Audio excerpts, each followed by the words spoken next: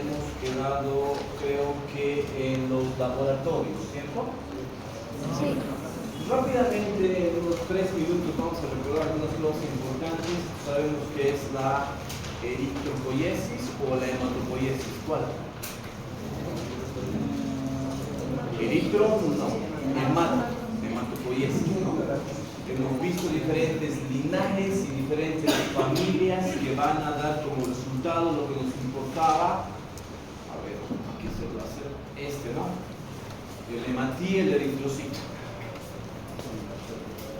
Ahora sí, hablando de la eritropoiesis particularmente, habíamos dicho que existe un estímulo importante que es la eritropoietina que se producía, ¿dónde?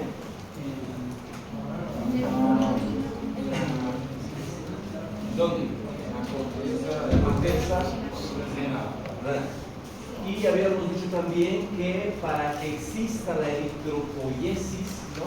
Existen ciertos requerimientos, ciertos sustratos importantes que son el hierro, el ácido fólico y la vitamina B2. Muy bien. También habíamos visto que desde el proeritroblasto que está por acá, llegábamos como resultado final a la formación de un reticulocito, ¿no? Que está por aquí, que era liberado, que luego maduraba y demás, hasta convertirse en un eritrocito que tiene una vida de 120 días. ¿Qué más? Habíamos hablado de la hemoglobina, compuesta del grupo M y su fracción globina. Estos dos tenían que ver con el pigmento, si recuerdan, y la globina tenía 4 cadenas, 2 alfa y 2 beta. Cualquier problema en la formación de los componentes de la hemoglobina era ocasionada por enfermedades, ¿no? Habíamos visto diferentes enfermedades, entre estas habíamos resumido las 4 que están aquí abajo. La anemia ferropriva, la anemia de las enfermedades crónicas, la anemia sideroblástica, la talasemia, ¿no? Bien. Luego hemos visto el hemograma, sus componentes. De todo esto me interesa que se acuerden 2 cosas. Número 1, ¿por qué era importante esto? Los reticulocitos.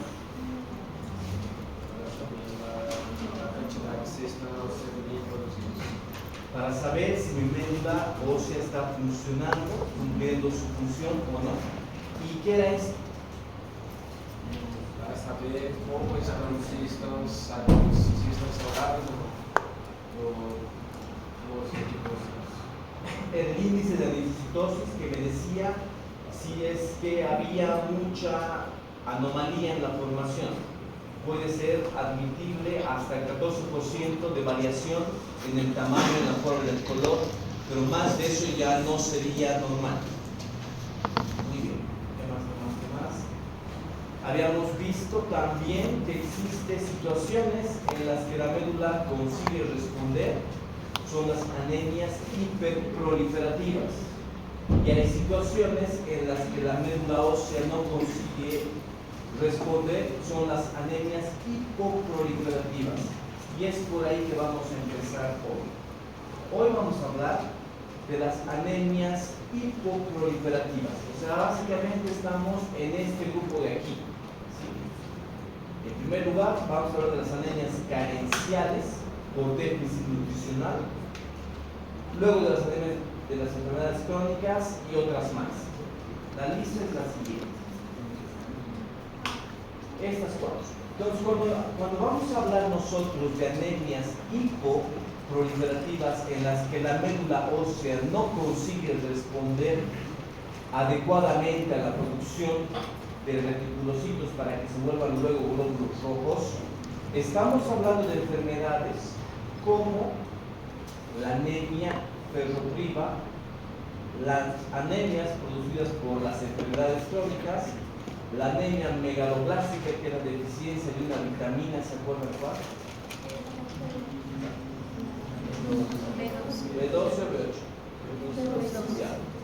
Y las anemias sideroblásticas, que eran por deficiencia de ¿qué? La sideroblastosis, hemos visto la anterior semana. Tiene que ver con un pigmento. ¿Con cuál? La Muy bien, entonces vamos a empezar el día de hoy con las anemias hipoproliferativas. De todas estas, de estas 4, hoy vamos a hablar de las primeras 2, ¿sí? Y vamos a comenzar con esta, que es la principal causa de anemia del mundo, que es la anemia ferropríva. Entonces, para hablar de la anemia ferropríva, lo primero que tenemos que entender es que estamos hablando de que el paciente tiene una carencia, tiene un déficit. ¿De qué sería el déficit? Hierro. De hierro. Si mi paciente tiene un déficit de hierro, tengo que entender cómo es que funciona el hierro en el organismo. Y para entender esto, vamos a hablar de lo que vamos a conocer hoy como el ciclo del hierro. De manera general, el hierro es adquirido a partir de la dieta, ¿sí? El hierro lo obtenemos de la dieta, ¿sí? Entonces, una vez que entra el hierro al organismo, ¿dónde es que se absorbe? Intestino delgado. Está bien lo que he escuchado por ahí. Se absorbe principalmente en el intestino delgado, pero hay una parte específica que se dedica a absorber el hierro. Esto es importante porque no es todo el intestino que absorbe hierro. Hay una parte específica. ¿Cuál sería? ¿Yeyuno? Tienen razón los dos. El hierro se absorbe en el intestino delgado en su porción proximal, que sería el duodeno y el yeyuno. Entonces, una vez que es obtenido a partir de la alimentación, es absorbido por el duodeno y el yeyuno, por la porción proximal del intestino delgado. Una vez que es absorbido este hierro, lo que hace es que está circulando. ¿Dónde tiene que llegar? O sea, es necesario que el hierro que ha sido ingerido vaya al lugar donde se necesita hierro. Habíamos hablado en la anterior clase que el hierro es un sustrato para la formación de los glóbulos rojos. ¿Dónde es que se forman? Se forman en la médula ósea, pero en la médula ósea roja, ¿se acuerdan? La médula ósea roja, no la médula ósea amarilla.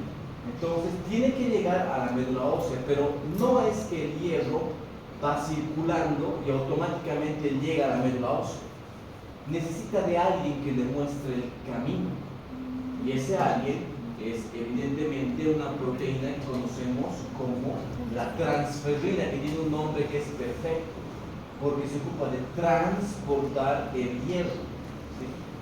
Esta proteína es producida por ¿quién? Hígado. Ya el hígado produce la transferrina, y la transferrina lo que hace es mostrarle el camino al hierro para llevarlo hasta la médula ósea roja, que habíamos dicho que está en huesos largos. ¿Dónde más? Huesos planos. ¿Dónde más? Costillas. ¿Dónde más?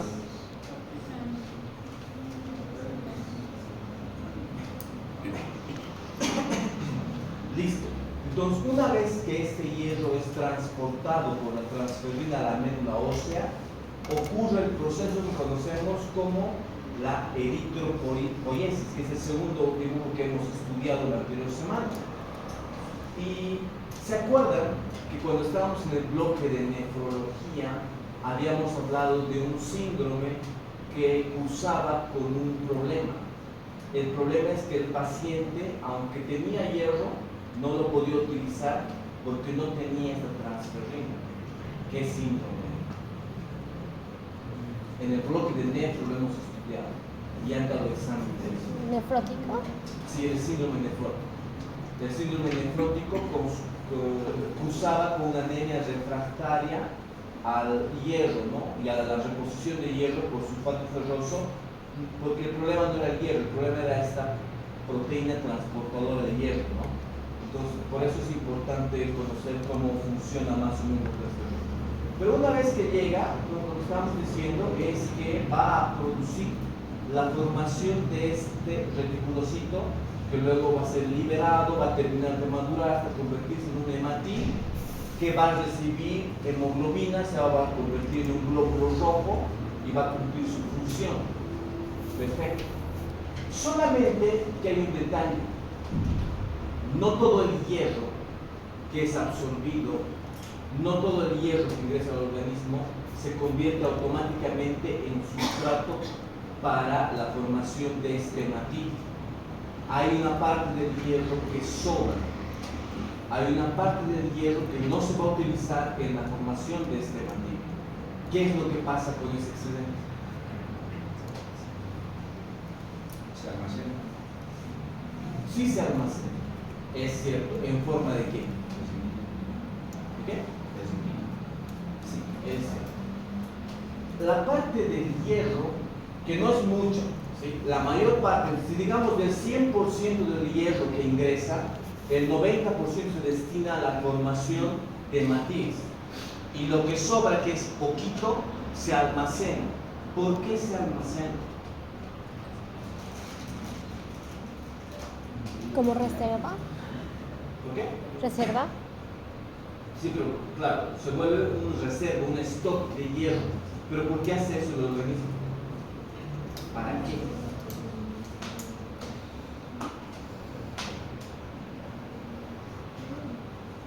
Lo que pasa es que el organismo, de forma adaptativa, sabe que puede haber circunstancias en las que no voy a ingerir hierro o puede haber una carencia de hierro, por lo tanto el organismo toma previsiones y almacena cierta parte del hierro que es ingerido en forma de ferritina. ¿Y dónde están los almacenes de ferritina? Hígado. Principalmente en el hígado. Principalmente en el hígado. En el vaso también hay ferritina, sí, pero principalmente es en el hígado. Ahora, una vez que tenemos nuestras reservas de ferritina, tenemos los hematíes circulando, cumpliendo su función, pero tienen un tiempo de vida. ¿Cuánto tiempo es que vivían? 120 días. Después de sus 120 días iban a terminar ¿dónde? En el vaso, ¿no? En el que quedaban atrapados y eran destruidos por los macrófagos plédicos, y cuando se destruye se desdobla el contenido. ¿Cuál era el contenido del hematito? Hemoglobina. En parte la hemoglobina, que se desdobla otra vez en Hierro y oro. sí, y protoporfirina. Sí, hierro y protoporfirina. ¿Qué pasa con la protoporfirina? La protoporfirina se desdobla, si se acuerdan, se vuelve bilivertina y bilirrubina. Por eso es que cuando hay hemólisis el paciente puede hacer ictericia, ¿no es cierto? Porque es un pigmento que es liberado y es destruido. Ahora, eso pasa con la protoporfirina, se vuelve bilivertina y bilirrubina. Es otro ciclo. Pero ¿qué pasa con el hierro? Porque también se libera hierro. Cuando este hematí es destruido porque está envejecido, ya no cumple su función, entonces evidentemente ese hematí, al ser destruido, va a liberar también el hierro que contiene. ¿Qué pasa con ese hierro? ¿Será que es eliminado? Una parte se elimina. Una parte muy pequeña del hierro. ¿Por dónde? Por las heces. Una parte muy pequeña.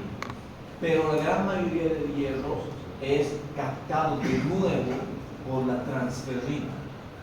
O sea, es captado de nuevo, es atrapado de nuevo, y la transferrina ¿dónde lo va a llevar? Otra vez a la médula ósea roja. ¿Qué quiere decir eso?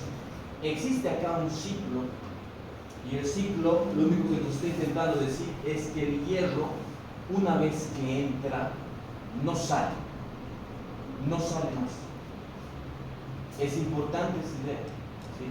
El hierro, una vez que ingresa al organismo, no sale, ¿sí? No sale. Cumple este ciclo siempre. Por lo tanto, piensa: anemia ferropriva, quiere decir que no hay hierro. Pero si existe en todas las personas este ciclo que tiene que ver con el reaprovechamiento del hierro y con que se almacena también parte del hierro, ¿cómo es posible que exista una anemia ferropriva? No habría transvesina. ¿Por qué? No habría transvesina. Pero hay. O sea, una persona normal, ¿por qué puede tener una persona normal una anemia ferropriva si el organismo tiene un ciclo que ha sido planificado para que el hierro nunca falte? Porque puede tener un sangrado y puede no ingerir mucho en la dieta. Puede ingerir. No puede ingerir mucho, sino con mucho en la dieta, desnutrición y acompañado de sangrado. Una persona desnutrida que tiene una hemorragia. Ya, una persona normal igual que tiene una hemorragia, o una persona que tú piensas que tiene una deprivación de hierro en la dieta, que no recibe hierro. Lo cierto, ¿qué? Un problema de absorción del intestino.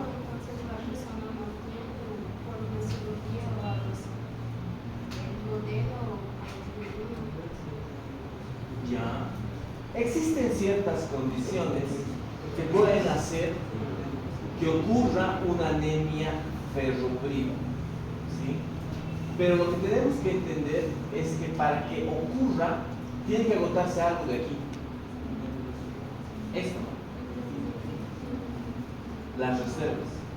Cuando es que ocurre esto, tal como su compañero ha pensado, la principal causa de una anemia ferropriva va a ser un sangrado, pero un sangrado crónico. La principal causa de una anemia ferropriva va a ser un sangrado crónico. Entonces, un paciente que todos los días va perdiendo sangre, ¿qué situaciones ustedes creen que pueden cursar con esto? ¿Qué situaciones hacen que un paciente pueda sangrar todos los días? Menstruación continua.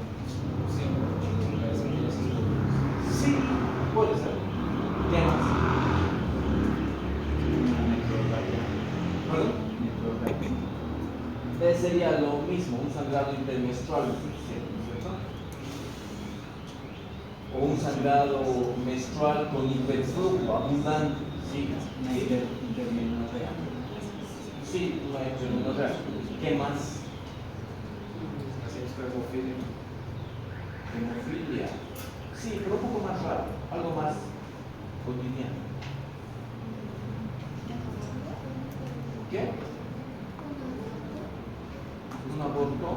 No provoca un sangrado crónico, ¿no? Crónico, estamos hablando de sangrados crónicos. Una mujer que tiene, por ejemplo, lo que decían sus compañeros, ¿no?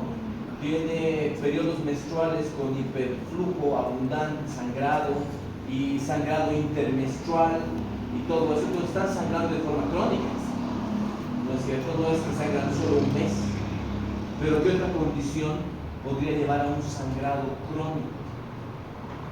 Porque el paciente acá lo que está sufriendo son episodios de sangrado que están acabando con sus reservas de hierro. Cuando las agotan, recién se manifiesta la anemia.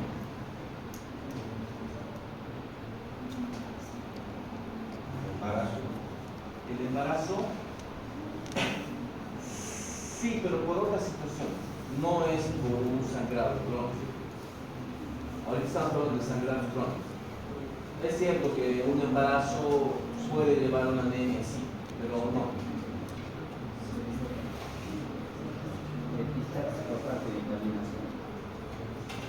Si fuera muy seguido, ¿no? Pero ¿qué tal el cáncer de colon? ¿Sangra o no sangra? Sangra y es bastante común. De tal forma que un paciente mayor de 40 años que tiene sangrado en las heces, tengo que investigar qué cáncer de colon. Un mieloma. No es tan común. Sí, pero no dentro del sangrado crónico. La enfermedad celíaca también, ya vamos a ver, pero no dentro del sangrado crónico. Entonces, la principal causa de una anemia ferropriva es el sangrado crónico. Este sangrado crónico Lo que tenemos que entender es que va a tener una repercusión laboratorial y clínica. Si un paciente tiene un sangrado crónico que le está llevando una anemia ferropriva, evidentemente va a tener una repercusión laboratorial, o sea, algo que yo puedo ver en sus estudios de laboratorio, y también va a tener una repercusión clínica, ¿no?, que yo voy a ver. Así que vamos a empezar primeramente de forma ordenada, viendo cuáles serían las alteraciones laboratoriales que puede presentar mi paciente que tiene anemia ferropriva. Para esto vamos a hablar principalmente, organizando todo, ¿no?, empezando diciendo que lo primero que se ve afectado no es la hemoglobina, eso tarda en bajar. Lo primero que baja son las reservas, es la ferritina. Lo primero que baja es las reservas de hierro que tenemos, porque el organismo lo que hace es intentar compensar al principio. Por lo tanto, utiliza sus reservas para que no exista un déficit del sustrato, que era el hierro, para la formación de los glóbulos rojos. Por lo tanto, en el laboratorio lo que vamos a encontrar es que la ferritina, que su valor normal es de 30 a 100, va a estar menor a 30, en primer lugar. Segunda cosa, el organismo, ante la caída de hierro, el hígado va a pensar, no va a saber la causa, pero va a intentar compensar esa caída de hierro. Y lo que va a hacer como respuesta es producir más transferrina. ¿Qué hacía la transferrina? Transportaba hierro. El hígado no sabe, el hígado no puede hacer que sientas necesidad de consumir alimentos ricos en hierro.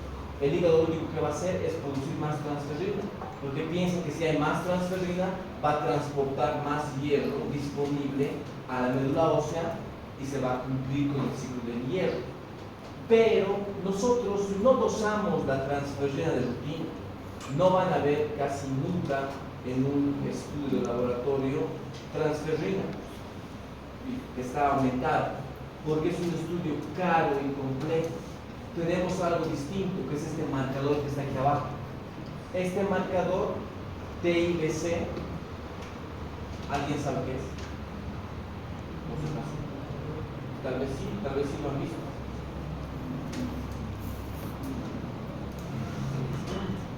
¿Qué es TIBC?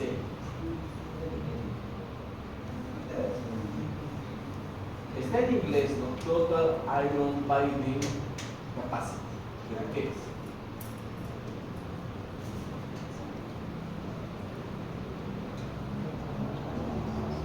es? Es la capacidad total de fijación al hierro.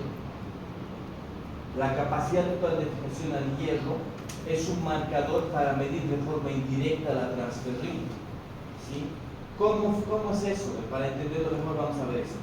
Vamos a imaginarnos que cada una de estas moléculas que están acá, ¿sí?, son transferrinas.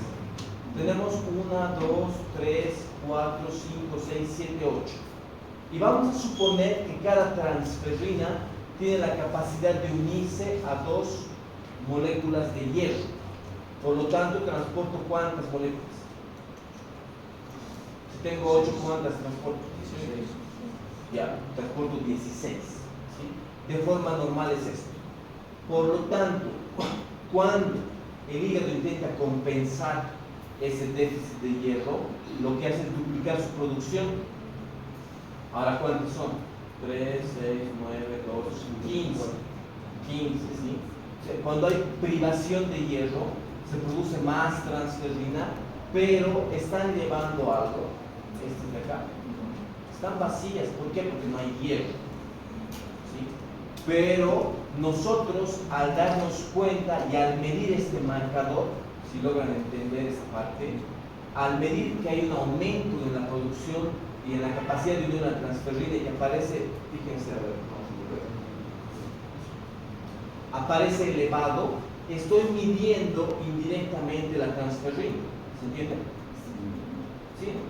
Porque al darme cuenta que la capacidad de unión al hierro está aumentada, quiere decir que hay más transferrina, ¿sí o no? Por lo tanto, es directamente proporcional. Si el TIBC está aumentado, quiere decir que la transferrina está aumentada en mi paciente. ¿Sí? Valor normal del TIBC es de 250 a 360. Ya está mal, esto no es 3600. Es 360, ese es el valor normal. Y acá va a estar siempre mayor a 360. Por lo tanto, entonces, nosotros utilizamos este marcador. Este marcador para poder medir, ¿no?, si es que existe un aumento de la transferrina. Muy bien. Ahora, continuando, aparecen más cosas. Después que aumenta el TIBC, cae la ferritina, no hay reservas, recién se ve afectado el hierro C. Cae. Sus niveles caen. Lo normal va a ser de 60 a 150. El valor que espero encontrar va a ser menor a 30. ¿Sí? Menor a 30. Como consecuencia tengo menos hierro. Si tengo menos hierro, también tengo menos saturación de transferrina, porque este hierro es el que se tiene que unir a la transferrina. Por lo tanto, existe otro marcador. Este marcador se llama saturación de transferrina. Tiene que ver con este dibujo. ¿Cómo está la saturación de transferrina aquí? Baja. ¿Por qué? Porque hay poco hierro unido a esta transferrina. ¿Sí se entiende? Ya. Entonces, cae el hierro, cae la saturación de transferrina. ¿Cuánto? Menos del 10%, lo normal es del 20 a 40. Una vez que estas tres principales cosas ocurren, el paciente está en anemia. Anemia que al principio va a ser normo-normo. ¿Por qué? Porque lo que hace la médula ósea es intentar distribuir todas las reservas que tiene de hierro de forma homogénea a todos los glóbulos rojos que se van a formar. Entonces distribuye todo por igual. Al principio la anemia es normo-normo, no se afecta ni su tamaño ni su color, pero mientras se van acabando las reservas y el cuerpo se queda sin hemoglobina, por ejemplo, mi anemia se vuelve microcítica, porque ya no hay hemoglobina que meter al glóbulo rojo. Y si no hay hemoglobina que introducir al glóbulo rojo, también se va a volver hipocrómica. Entonces, de forma clásica, la anemia ferropriva inicialmente es normo-normo, pero va a terminar siendo una anemia microcítica hipocrómica. ¿Por qué? Porque no tengo hierro. ¿Sí? Muy bien. ¿Qué más es importante? Recuerden, ¿qué era esto? El índice de anisacitosis. ¿Por qué creen que está aumentado?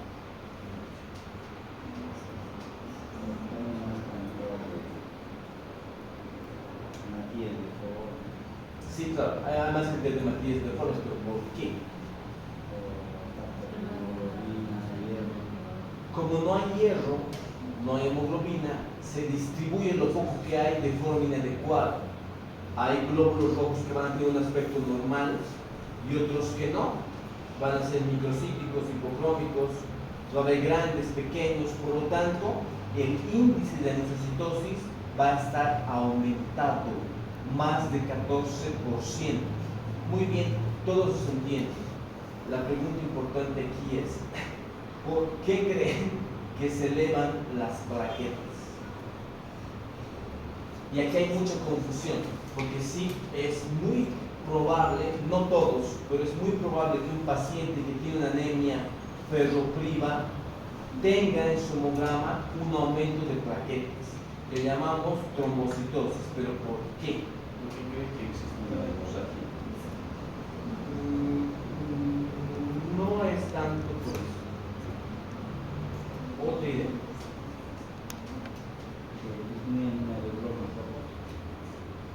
Pero ¿y por qué eso estimularía la producción de plaquetas?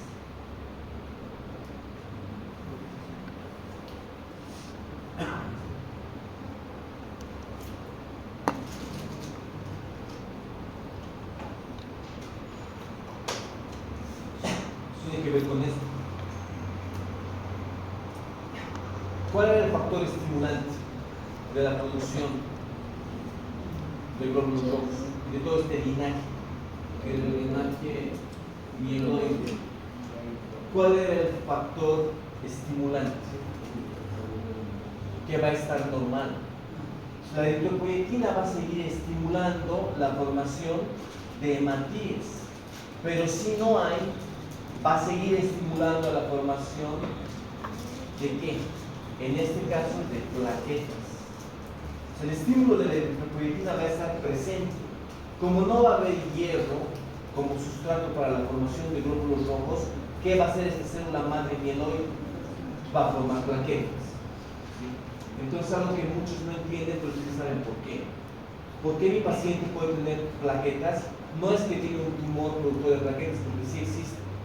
Sería raro. ¿Por qué tiene mi paciente aumentada las plaquetas? Porque sigue el estímulo de eritropoyetina, pero esta vez, como no hay hierro para formar glóbulo rojo, lo que está haciendo esa célula madre está formando plaquetas.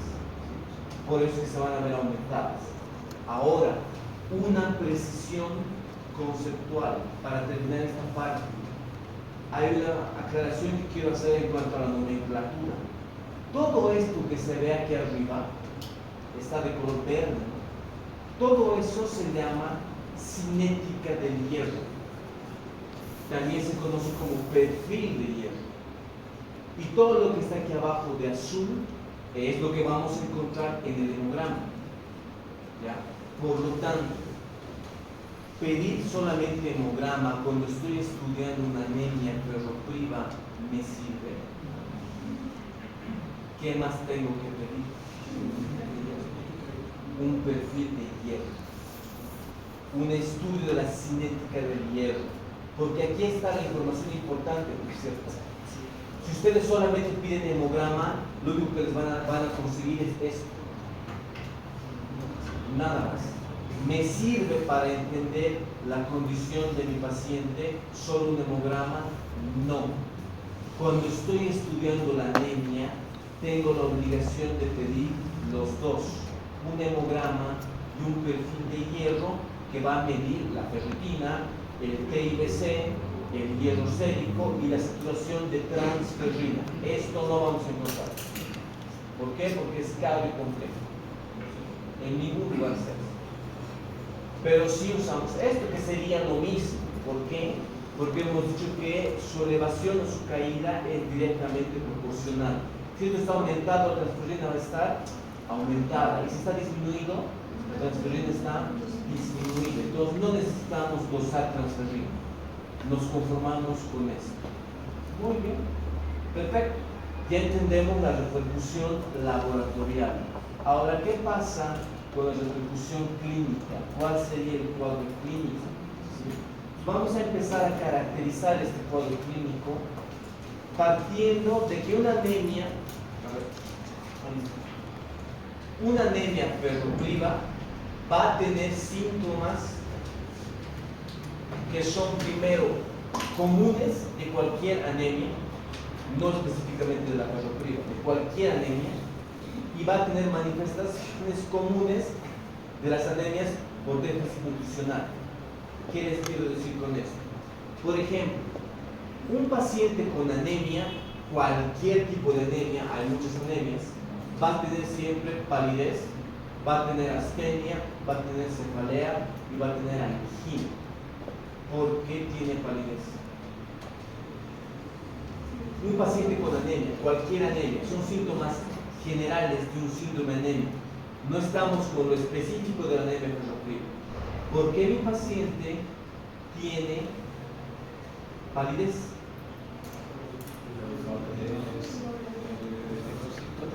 Y oxígeno. Los eritrocitos, ¿qué es lo que hacen? Llevan oxígeno. Todo tiene que ver con el oxígeno. ¿Por qué tiene astenia?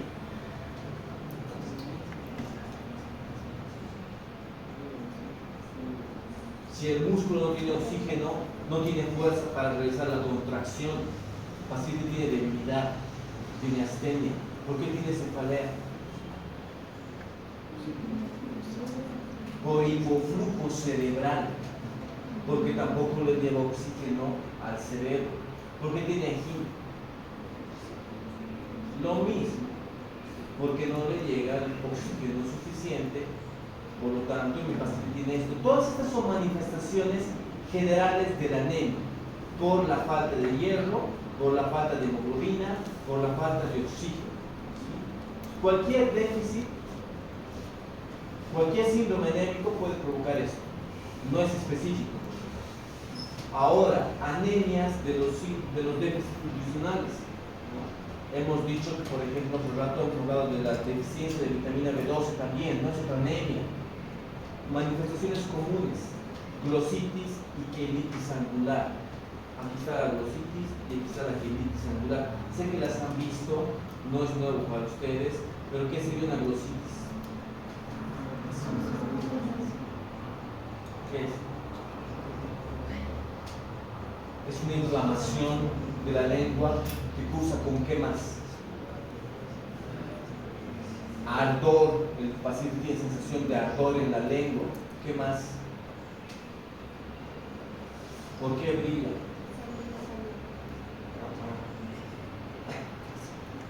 Pierde las papilas, es la famosa lengua depapilada, no tiene papilas. No tiene papilas, tiene ardor y está inflamada. Eso es la glositis. Manifestación de cualquier déficit nutricional, B8, B12, hierro. Todas las anemias que tienen déficits nutricionales tienen esto. ¿Qué más tienen? Quelitis angular. ¿Qué es la quelitis angular? ¿Qué es eso?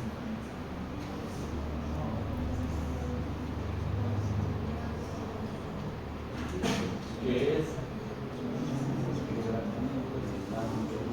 Es una fisura, es una herida en el ángulo de la boca, ¿no es cierto? Muy dolorosa, ¿no? La quelitis angular. Estas dos, entonces, son manifestaciones de cualquier déficit nutricional, no son específicas.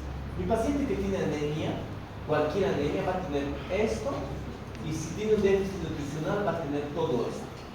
Así que esto no me dice que mi anemia es ferropriva.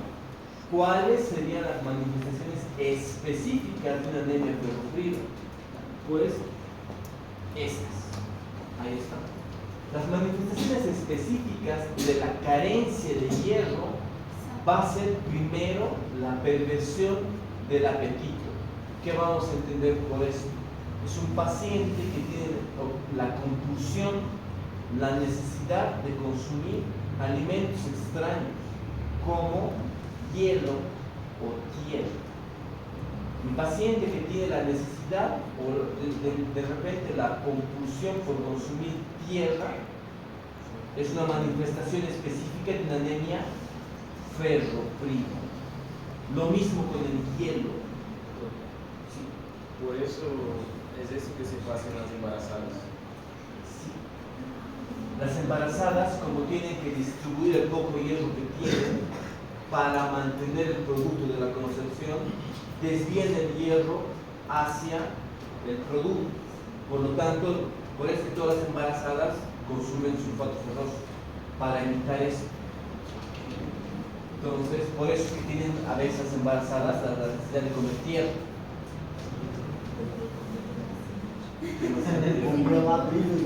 Así sí, es común, las pacientes agarran de la pared y empiezan a comer, ¿es cierto?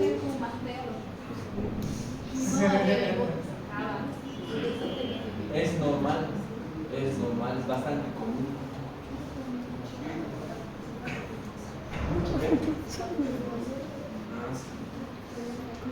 Coilonitia, ¿qué es la coilonitia?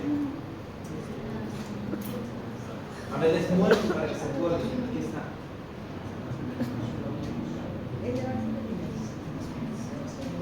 Es algo que le pasa a la uña, pero ¿qué es? Es esta depresión, esta concavidad que está aquí. ¿Ven una depresión? Es una coilonitis. Manifestación específica de una anemia ferropriva.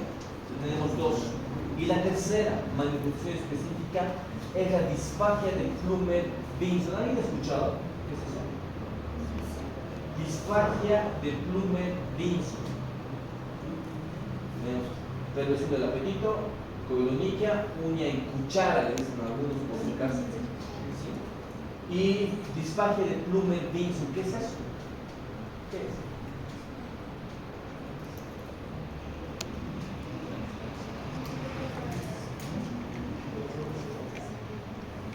Los pacientes que tienen anemia ferropriva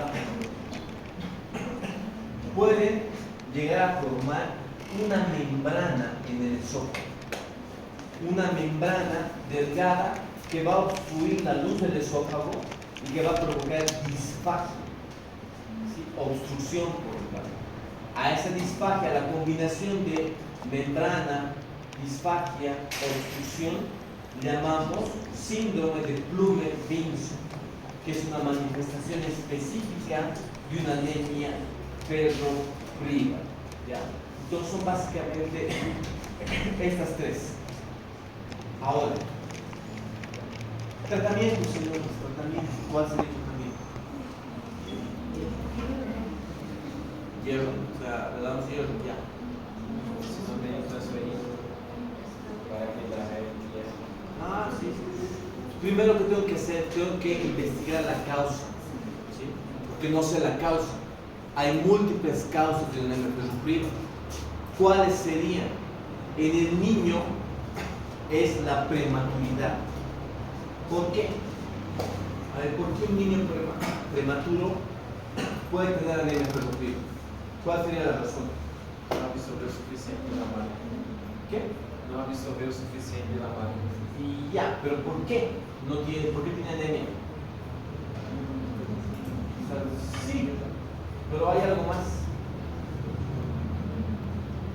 Como es prematuro, no tuvo tiempo de construir reservas. ¿Sí? No tiene reservas, de hecho. Así que lo que hace un niño prematuro normalmente anemia ferropriva. Suspensión de la lactancia.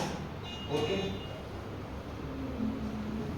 Estamos diciendo que los niños a los que se les quita de forma precoz la lactancia pueden desarrollar anemia ferropriva. ¿Por qué?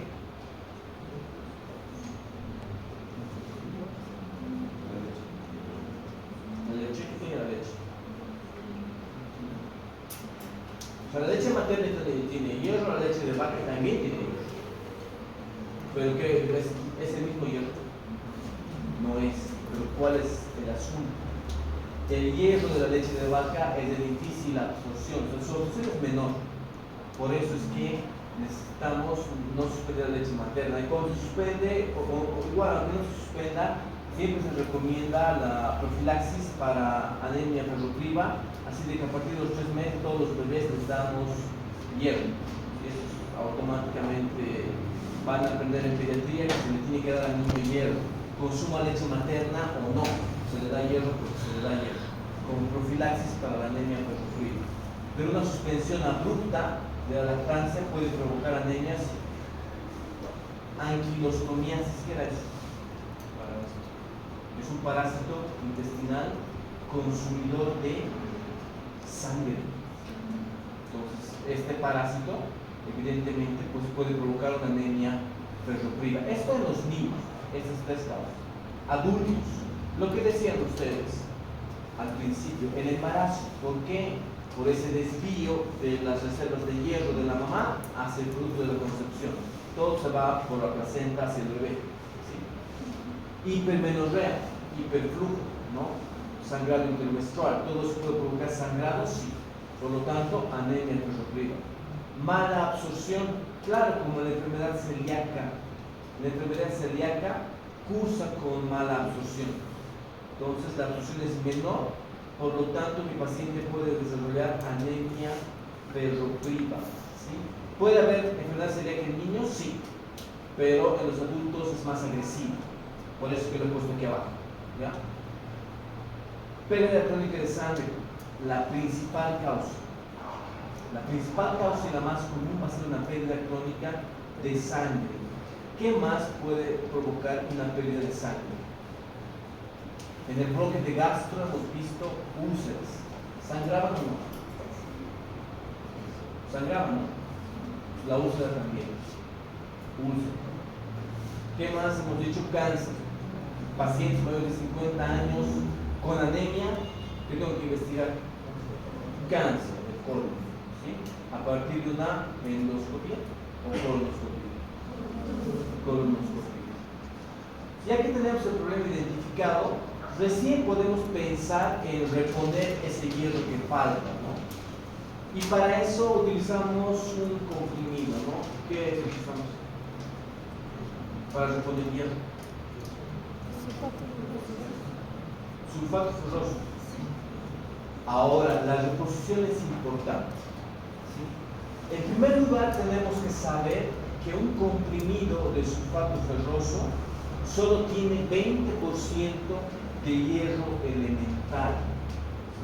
Lo que nos interesa para reponer de forma efectiva al paciente es el hierro elemental, no todo, el hierro elemental.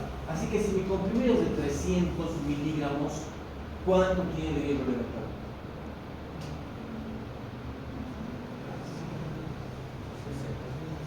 ¿Cuánto? 60.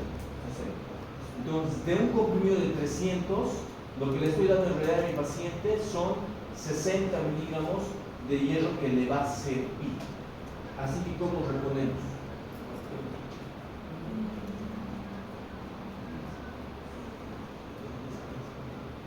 Ya, seríamos la dosis. Entonces, cuando yo pienso en reponer a mi paciente, tengo que considerar estas 4 cosas. Primero, la dosis. ¿Qué dosis voy a utilizar? En segundo lugar, tengo que evaluar la respuesta al tratamiento.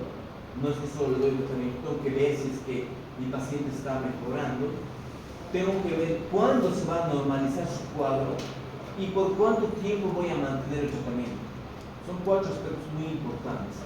Empezando por la dosis, vamos a decir que la dosis de sulfato ferroso es de 120 a 200 miligramos día, pero de hierro elemental, repartido en 3 o 4 tomas, siempre. Así que si a mi paciente le doy 3 tomas de 300, le estoy dando 3 tomas de 60. ¿Cuánto es eso? ¿100 cuánto? 3 tomas de 60, ¿cuánto es? 180. 180. ¿Está dentro de este rango? Sí. Entonces está perfecto. El rango de reposición es este, 120 a 200 miligramos día, pero no del comprimido, por favor. Hay muchas confusiones con esto. No es lo que dice el comprimido que tiene, es cuánto de hierro elemental tiene esa formulación. Lo que me tengo que fijar en la tableta, en el comprimido, en la pastilla, cuando la estoy viendo, es cuánto de hierro elemental me aporta. ¿Cuánto tengo que reponer de hierro elemental? De 120 a 200 miligramos por día. Puede ser en 3 o 4 tomas. Lo mismo los niños, solamente que en los niños siempre es kilo peso. ¿Cuánto? 3 a 5 miligramos kilo peso día de hierro elemental. ¿Sí? Es lo que tengo que dar y tengo que reponer. Ahora, díganme ustedes que ya hemos visto tantas cosas. ¿Cómo valoro la respuesta?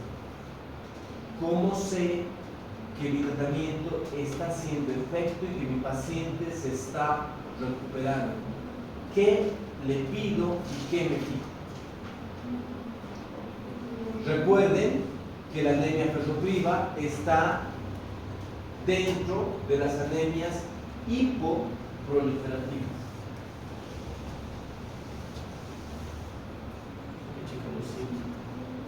Oh, sí. O sea, le pido un hemograma y lo que me voy a fijar, sí o sí, van a ser los reticulocitos. Porque no me va a subir la hemoglobina de golpe. Para nada, nunca. ¿Cómo sé que la médula está respondiendo? ¿Cómo sé que la médula está mejorando? Porque los reticulocitos van a estar mayor a ¿cuánto? ¿Cuánto es el valor? Tiene que saber de memoria. ¿Cuánto es el valor? 2%. 2%. Ahora, ¿cuánto tiempo tarda en normalizarse? 3 a 4 días, ya están los reticulocitos funcionando de nuevo. El pico es a los 7 a 10 días. Así que, ¿cuándo le voy a pedir hemograma al paciente? Si hoy día empezó el tratamiento jueves, ¿cuándo le pido? próximo jueves. En una semana. En una semana le pido y ¿qué me voy a fijar? Reticulocitos. Si veo que está mayor al 2%, que ya debería estar, mi tratamiento está bien, está haciendo efecto, el paciente está tomando. Muy bien. ¿Cuánto tiempo va a tardar en normalizarse su hemoglobina? Y los demás parámetros. ¿Cuánto?